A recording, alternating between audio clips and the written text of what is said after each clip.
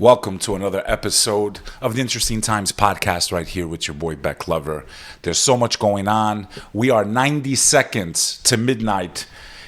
What's going on right now between Russia and the Ukraine and these developments that were dropped on us 2 months right before Donald Trump gets out of office. This old man who doesn't even know where he is, Joe Biden, I promise you, he's not the one calling the shots here. We're going to cover what's going on, what I think might be coming our way, and other very important news from around the world. That's what we do on this podcast. We let you know what's going on, what we think is going on, and what could possibly be going on so you can try to understand what might be going on. So make sure you smash that sub button, and welcome to another episode. Ukraine has already, in less than a couple of days, they've already started to use these more advanced U.S. weapons. This is very dangerous because Putin a few months ago told us if any of these missiles were used inside of Russia's territory, it would be considered an act of war from NATO and from the United States of America. So Ukraine has already begun to fire these rockets into Russia.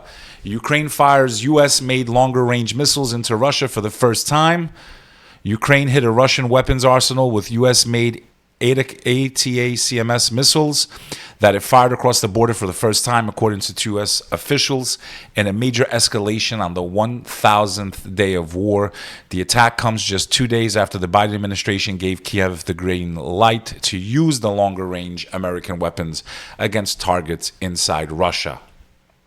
The Russian defense minister said Tuesday that Ukraine fired the U.S.-made missiles into Russia's Bryansk region. The attacks mark the first time Ukraine has used the longer-range American weapons to strike targets deep inside Russia, and shows that Kiev has wasted little time in making use of its newly granted powers. Okay, at the end of the day, America is at war with Russia. We could act like it's Ukraine. We've sent them trillions of dollars. They didn't use these weapons. They've had them there already. I mean, they got the green light. They fired, right? This means these weapon systems were already deployed throughout Ukraine. In my opinion, it's no longer a proxy war. You got Russia recruiting North Korean troops. You have multiple nations involved here. You have high alerts throughout all of Europe. I'm going to cover some of that in a minute. And if you think it's a game, if you think it's a joke, if you think that, oh, nothing could go wrong, well, I tend to be someone who thinks things can go a hell of a lot wrong, and very quickly. And I'll show you why I believe that. So, there is some good news.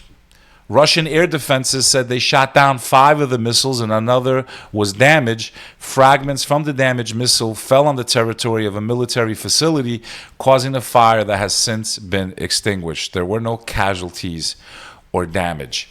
On Sunday, U.S. President Joe Biden authorized Ukraine to use longer-range American missiles inside Russia, ending a months-long prohibition aiming to help Ukraine defend itself while not drastically escalating the conflict. The Russians claim they shot down the U.S.-made ATACMS missiles, I hope I'm pronouncing that correctly, and issues nuclear threat. Vladimir Putin has a new warning for the United States after President Biden authorized Ukraine to use long-range missiles supplied by the U.S. to strike inside Russia. Putin, the Russian defense minister, said on Tuesday that it defeated a Ukrainian attack with these American weapons. 2 U.S. officials confirmed to ABC News that Ukraine had for the first time fired those missiles. Ukrainian forces fired 6 ballistic missiles. The ministry alleged the attack shortly after Kremlin spokesperson Dmitry Peskov told journalists that changes to Russia's nuclear doctrine signed by President Putin on Tuesday meant the use of Western non-nuclear rockets by the armed forces of Ukraine against Russia can prompt a nuclear response. For those of you that are slow, even if they're not being attacked with a nuclear weapon, they have the right to use one. I repeat, even if Russia is not fired upon with nuclear weapons, they may see any type of attack as a reason to use those nuclear weapons. We are 90 seconds to midnight, but I'd say we're about 20 seconds to midnight. I wonder what this is going to do to the doomsday clock. So, moments the British Army fires new tanks near Russian border in a message to Putin. 16 Archer systems were purchased in September to replace equipment donated to the Ukraine. This is in the Express newspaper. Around 3,600 troops from 28 nations have deployed to NATO's newest member in a show of force intended to demonstrate the alliance's ability to fight in a difficult environment where temperatures rarely exceed freezing. In Rovaniemi, 70 miles from the Russian border, the Royal Artillery has fired its newest artillery system, the Archer, for the first time.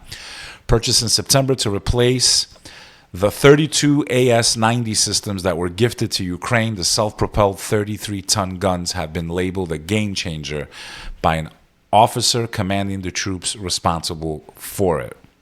Here are some scenes of what those exercises looked like. Our new bonus anti-armor has the ability to strike much more heavily armored vehicles as a secret munition. It depends what munitions you're firing, but you can realistically, with this capability, neutralize most targets. Against troops in the open, soft-skinned vehicles, lightly armored vehicles, trenches, they will have a really big effect. The firing of these new weapon systems sends a clear message to the Kremlin in the same week that the U.S. President Joe Biden authorized the use of long-range ATACMS missiles deep into Russia. Okay, looks like World War III. Let's see what this response is. Are you worried about Vladimir Putin declaring World War III? I'm hitting yes. They're not showing me the results, but it's a lot of people's minds. So Putin lowered the threshold for using his nuclear arsenal after Biden's armed decision. This is reported by the Associated Press. And that's what I'm saying.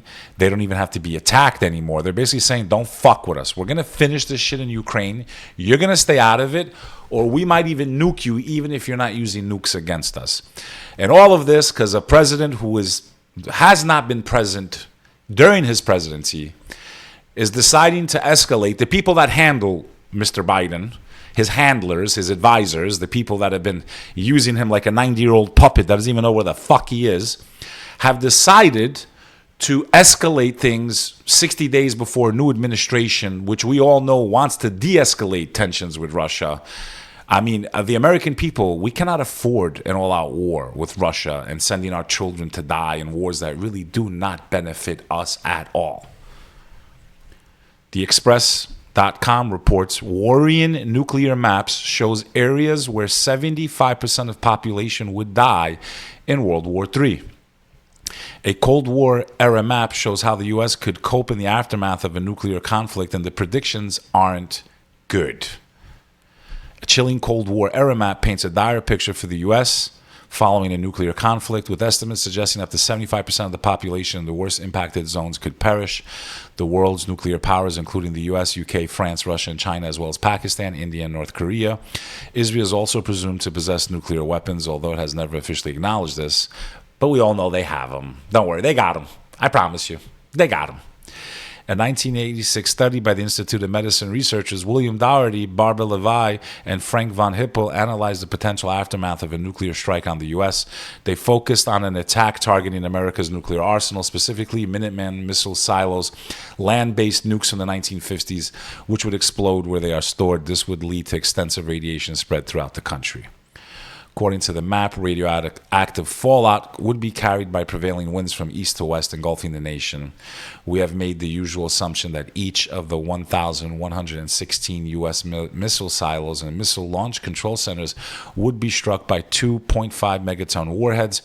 At the time, the Soviet Union had approximately 3,000 of these warheads. The scientists identified the most dangerous areas on the map, pinpointing zones where radiation levels could exceed 3,500 rads. Basically, guys and girls, I wouldn't be here. You probably wouldn't be here. And most of the world would be in nuclear winter. U.S. sanctions group that builds illegal West Bank settlements with close ties to Israeli government. The U.S. on Monday imposed sanctions on organizations and firms involved in illegal settlement development in the occupied West Bank, including a well-established decades-old group that has close ties with Israeli leadership. Why do they need settlements if they're not going to ethnically cleanse the rest of where the Palestinians live? The fact that these companies exist is all you need to know about the conflict in the Middle East, in my opinion.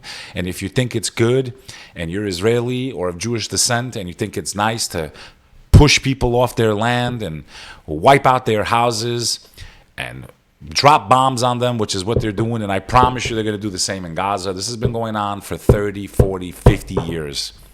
Kick them out of their homes, burn down their fields, put up settlements. Settlements are a term used for colonizers. Colonizers. Ethnic cleansers. You can't hide anymore. Everyone sees what you're doing. What are you doing? What are you doing, Israel? What are you doing? One story I forgot to cover here. Sweden issues pamphlet telling citizens what to do if Russia attacks. Okay, they're getting ready for World War III. Lebanon, Hezbollah agree to U.S. proposal for ceasefire with Israel. Okay, they're dying to get out of this battle now. Times of Israel reports they're pawns in a horrible game. Hostage rally highlights plight of daughters and sons. Mother of hostage Matan Zagwakar issues appeal to Trump at gathering outside IDF headquarters. Scuffles with counter protesters who blast music in order to drown out families. Because they don't care. They want to finish their mission. They want to turn the entire everything, which they've already done. Some estimates say it would take 14 years to rebuild Gaza. 14 years to rebuild. 14 years just to remove the waste and the rubble. 14 years just to, not forget rebuild, 14 years just to, they're not going back. The Palestinians, in my opinion, have effectively been ethnically cleansed. I don't know what they're going to do with the rest of them. I don't know if they're just going to wipe them out, starve them to death, or just open the gate and let them march into the desert. But in my opinion, they have been successfully ethnically cleansed while the world claims to be civilized and the United Nations claims to do what's right. And this is absolutely horrible. So, crazy, crazy, crazy. But just like most of his time in office, he had no idea where he was. He was eating ice creams and laying on the beach. While I promise you his handlers are the ones that are escalating this war with Russia, the G20 leaders take a group photo and Biden wasn't there. He wasn't at a meeting of the world's most important leaders as conflicts are escalating around the world, yet he had time to escalate issues with Russia, right? This guy that's been MIA during his presidency, he's the one calling the shots, and you idiots think you haven't voted. You still don't get how this world works. 42,000 crowd New Zealand's parliament grounds in support of Moari rights. Tens of thousands of marchers crowded the streets in New Zealand's capital, Wellington, on Tuesday. The throng of people, flags aloft, had the air of a festival or a parade rather than a protest. And these are the original inhabitants of New Zealand. And I am praying for them, and they deserve some type of sovereignty over their ancient homeland. We all saw the scenes in my last few episodes where they were doing their haka in the Parliament of New Zealand, another nation created from colonization and oppression. A surge in mass attacks has killed dozens in China in recent months. Okay, this is crazy. November 19th, vehicle hits students at a primary school gate. November 16, a stabbing kills 8 at a vocational school. November 11, a driver kills 35 people at a sports complex. October 28th, 5 injured in a knife attack near a primary school.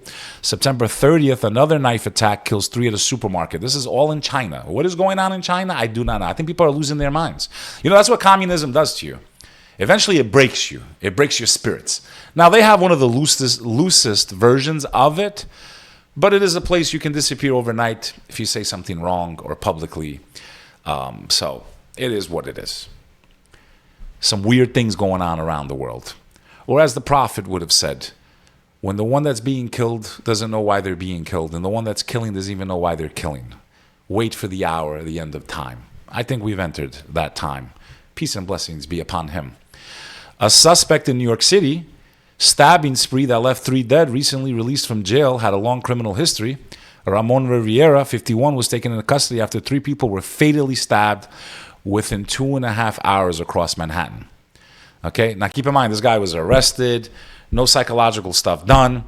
They reformed. They did bail reform. They've allowed these violent criminals right back onto the streets. I remember last year or the year and a half ago, someone attacked someone with a baseball bat. The guy was out within the next day. I mean, this is what they did to New York City. This is what these politicians do. They're not here to protect you and work for you and make your city good and safe. They are here to create chaos and use you and create anarchy and create budget crises. Okay? They don't even know where these billions of dollars have gone. Okay? So, this is crazy. He was sentenced a few months ago, and there's a real question that we need to look at on why he was out on the streets. I know why. You guys elected Democrats, you liberal fucks. So these 3 people lost their lives because of the way you vote and the people you support, and you're more worried about your pussies and your dicks than common sense. And just for the record, I'm not a Republican, just so you know. But you kind of left us no choice but to vote the other way this time because you guys are idiots, in my opinion.